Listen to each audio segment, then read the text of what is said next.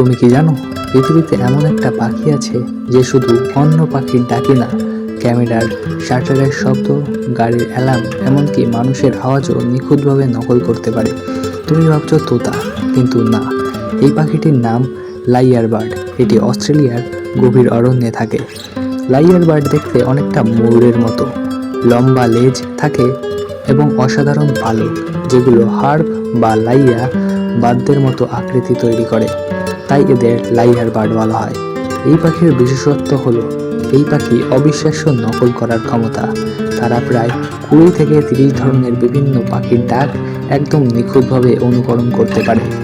শুধু তাই নয়, বিজ্ঞানীরা দেখেছেন এই পাখি ক্যামেরার ক্লিক, গাড়ির অ্যালার্ম, এমনকি মানুষের আওয়াজও নিখুঁতভাবে নকল করতে পারে। তাদের এই ক্ষমতা আসে শব্দের নিখুঁত স্মৃতি এবং ভোকাল মিমিক্রি দ্বারা। লাইয়ার বার্ড মস্তিষ্ক শ্রবণের অংশ এতটাই উন্নত যে তারা শুনে শুনে শব্দের প্রতিটি তরঙ্গ মনে রাখতে পারে এবং প্রায় হুবহু পুনরাবৃত্ত করে।